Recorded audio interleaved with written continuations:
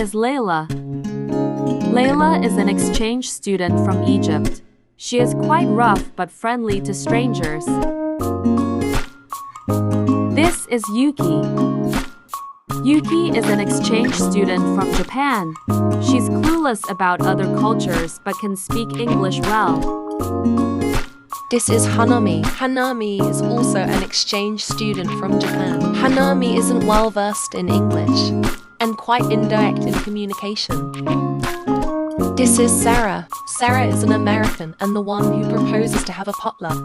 She is quite talkative and can be very nosy sometimes. One fine day, Sarah, an American citizen, proposed a potluck plan to her new international groupmates in a WhatsApp group, which consists of 2 Japanese and 1 Arab, to get to know each other before doing assignments together. Are you Sarah? Hi, Laila.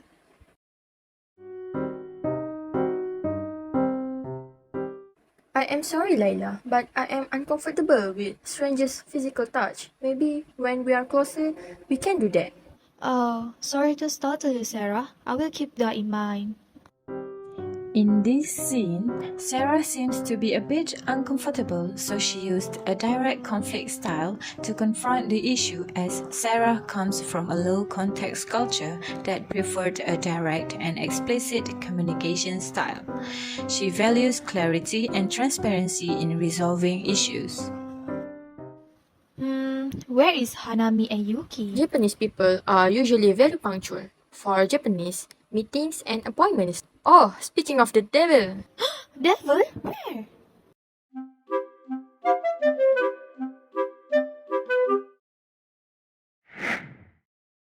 Hanami and Yuki, right? Hajimemashite. Hajimemashite. They are such a cute devils. Oh, Sarah, you look pretty in those clothes. Thank you. Sarah's direct response to the compliment left the 2 of them shocked.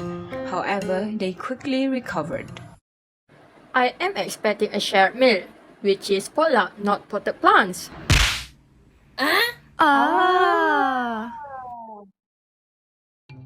Hanami and Yuki are having a language shock due to the lack of English vocabulary.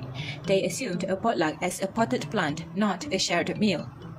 Oh, our bad. So sorry. The result? A picnic filled with puzzled faces, surrounded by both dishes and plants, turning the gathering into a hilariously unexpected garden picnic. Now, we will see the difference in table manners and utensils across cultures and how people adapt to it. The food looks good, the sky looks great, and it is a good day for a potluck, right? The sky is beautiful. Yes. Then what are we waiting for? Itadakimasu. Itada what?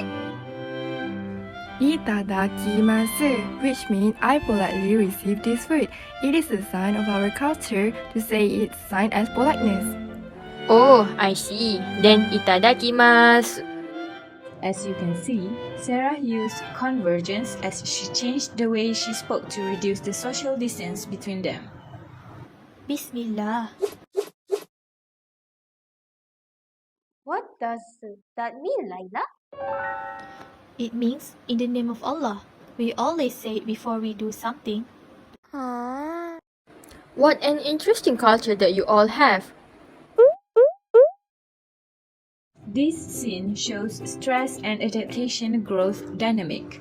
Sarah was excited to learn about her friends' cultures. She even tried to adapt to the Japanese culture, even though she did not manage to pronounce the word itadakimasu perfectly. Not just that, Sarah used constructive conflict by listening to each of their cultural explanations. Yuki and Layla look at Sarah because she eats using a spoon and fork.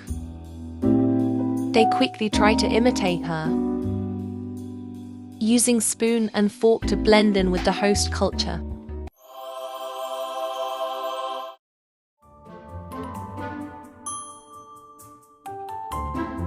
What's wrong? Look at Laila. How can she eat with that? Maybe if we go down, we can see how she does it? Layla seems to notice their abrupt behavior and asks them, What are you all doing? Why are you on the floor?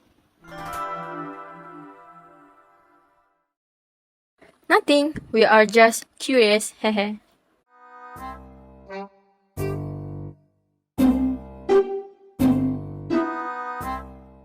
I have a question. Is it comfortable to eat without veil? And what's the actual function of it? Yeah, and can't you take it off? And isn't it hot wearing that, especially in this weather?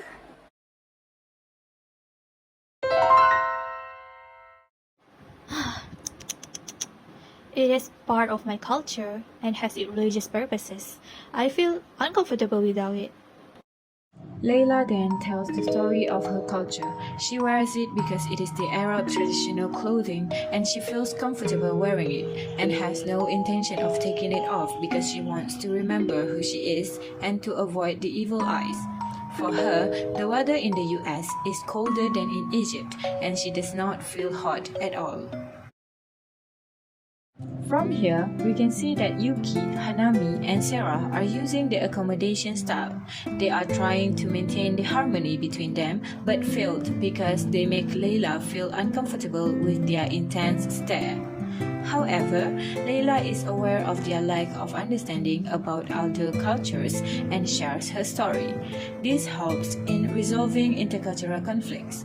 They also discuss their curiosity by calmly asking questions using polite words.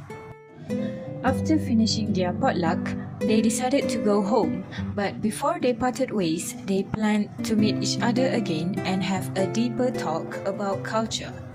Next time, let's have a potluck again and please bring food instead of a pot, okay?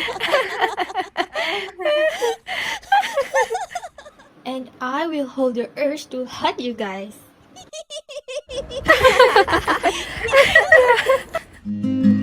Let's take a picture. Yeah. Effective intercultural communication can enhance relationships.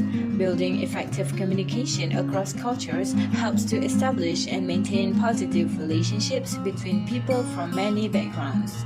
Trust and rapport are more easily developed when individuals demonstrate cultural sensitivity and respect.